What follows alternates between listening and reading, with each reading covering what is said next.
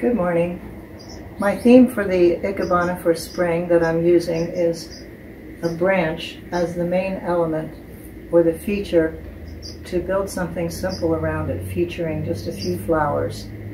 In some cases I will use a branch instead of a kenzan or instead of some other fixation method to highlight the example here.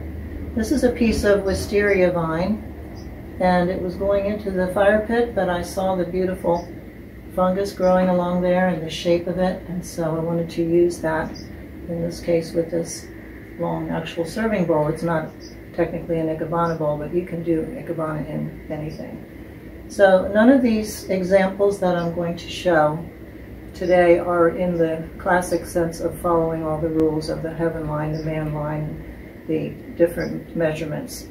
We do those things so that we understand line and space, and as you can see, space is very important here. So this is actually the final. It's almost ready to be finished. When I first started with the peonies, they were very tight and they were very coral. And I have pictures of the arrangement as it went through its various stages. So I started with those smaller, bright flowers with 2, then I added 3, and then I have a picture the next day where the flowers opened. They got much larger, which changes the design and the look. They also began to turn more pale. And then as they opened all the way and faded, this one last flower fully opened, so it looks completely different. Still has its beautiful line. And so rather than throw all those flowers away, I have one more day to enjoy it here in its most simple form. So I do have a number of different arrangements for spring. It's April, late April, and May. So the things that are blooming here in Ohio are peonies and clematis, lots of different peonies. I have some different varieties of iris, and we're now getting a lot of foliage as well. But many times when I'm using a branch like this, I like to keep it very spare and not put a lot of extra into the design.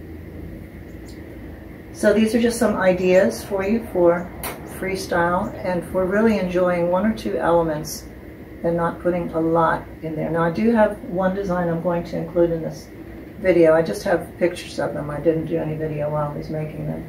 And that one is a more classic style in the Sugetsu school, and that one is 3 elements. I used the fringe tree and also a couple of peonies and some dwarf lilac. So that one will be a little bit fuller and will be in a low open bowl also.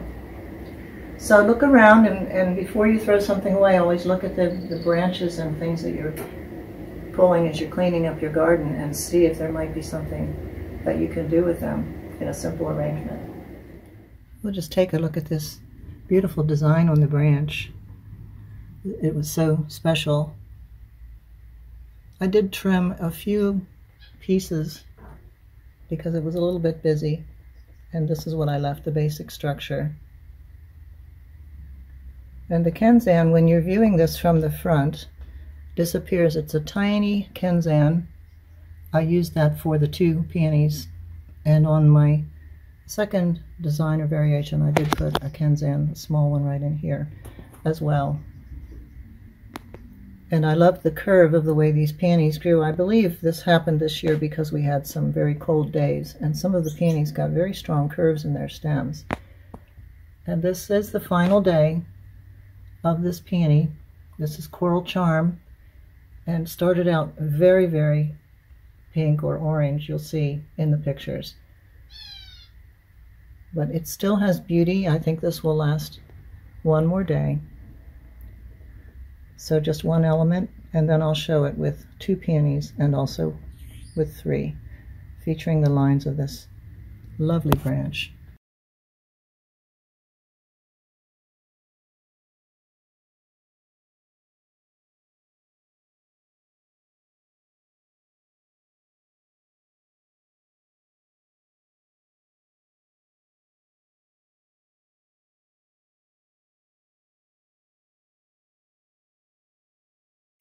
Here I'm going to build my arrangement on this piece of bark, and I'll use a well kenzan. My idea here is to lay the bark out and do something with these irises. Again, just very simple for the look of the spring flowers coming up through the bark, through the ground in the springtime. I love the simplicity of the single flower and the bud. This is Eternity Iris, beautiful white iris, and just featured with this bark. So this will be my final arrangement. Then I'm going to do a variation and add one additional iris. They've grown with really strong curves, some of them on the stems, so I'm going to see how I can exploit that.